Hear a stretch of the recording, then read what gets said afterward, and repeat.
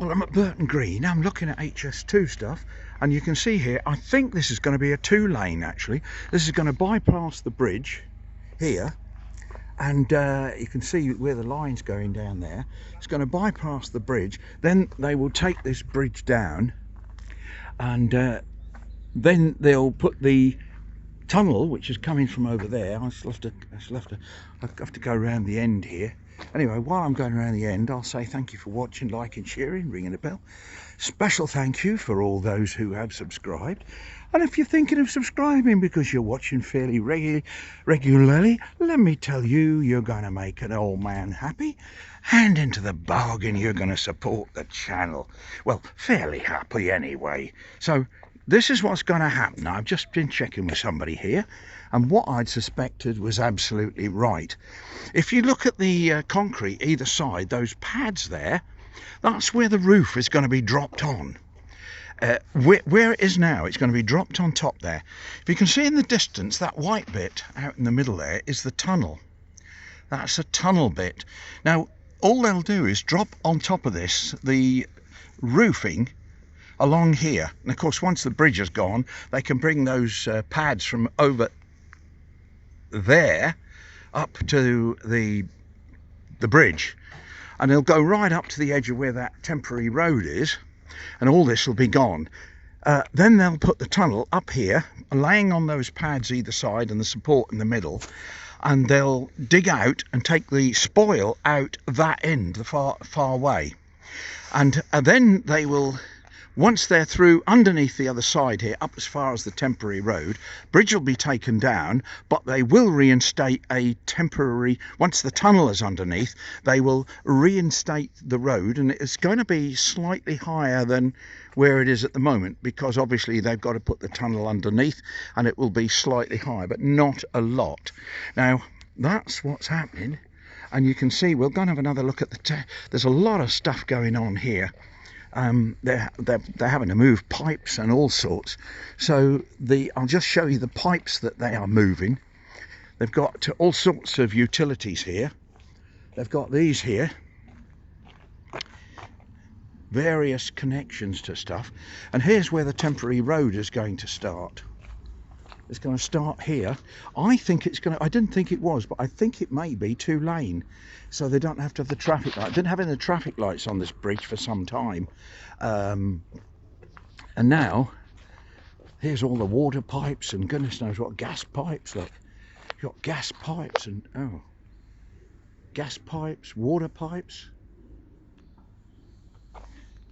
I don't know why that was on. Oh, I know. Yeah, yeah, look, there you are.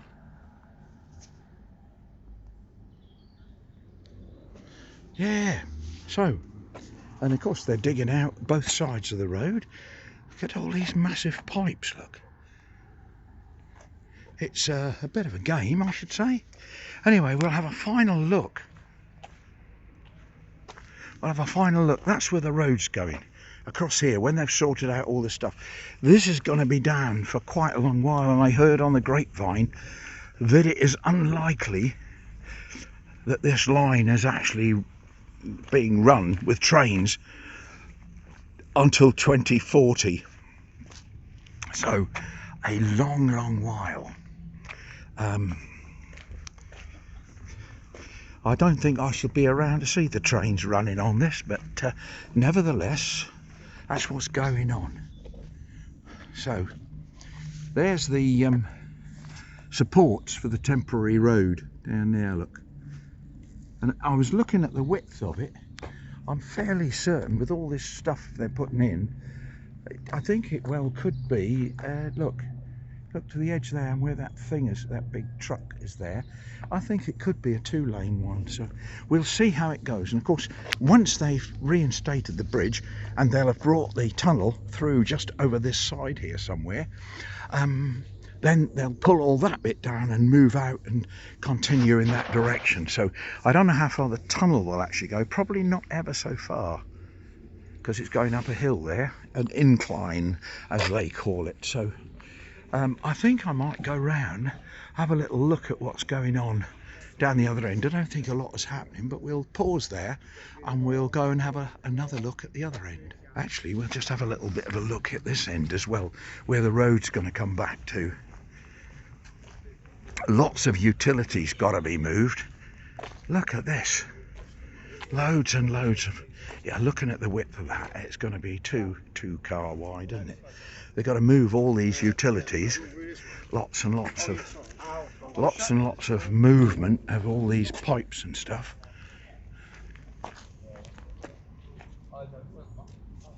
There's your temporary road anyway. So we'll stop there and have a little look round.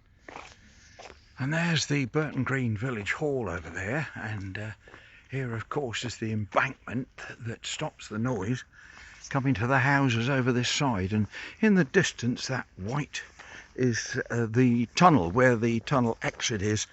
And I don't know if we'll be able to see very well, but looking back towards where we were just now, a lot of this has all been planted up, so hopefully the bank will stay there once the trees start to establish. And yeah, it's a very nice facility. We did look in there a little while ago. So there's the tunnel, and at the back there you can see the bridge where we were just on over there. And if you look, the ground level is level with the top of it, at the top of the tunnel. That means they've got to dig that out, and I would imagine, looking at how it's going to be done, I would imagine that what will happen is that spoil, once they've got the top on, because they've already got the girders of the concrete to support it, once they've got the roof on, the spoil there up to the bridge will come this way. And of course they've got quite a bit to do, because they've got to add a few more of the pads for the roof to drop on, and then they've got to take the bridge down.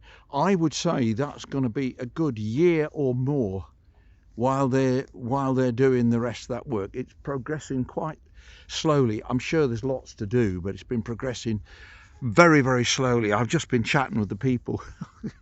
I shan't say where, but I've just been chatting with some of them. They think it's hilarious that it won't probably open with trains running until 2040, and which is an amazing thing. And of course nobody wants to go on it, so it's it's Boris's white elephant. But never mind, it's, as I said to the guy, it's created thousands upon thousands of jobs, and I'm all for people having jobs. It's just a pity they managed to cut down so much pristine forest in the manufacture of it. But there is a plus. You can't say it's not a plus to have lots and lots of jobs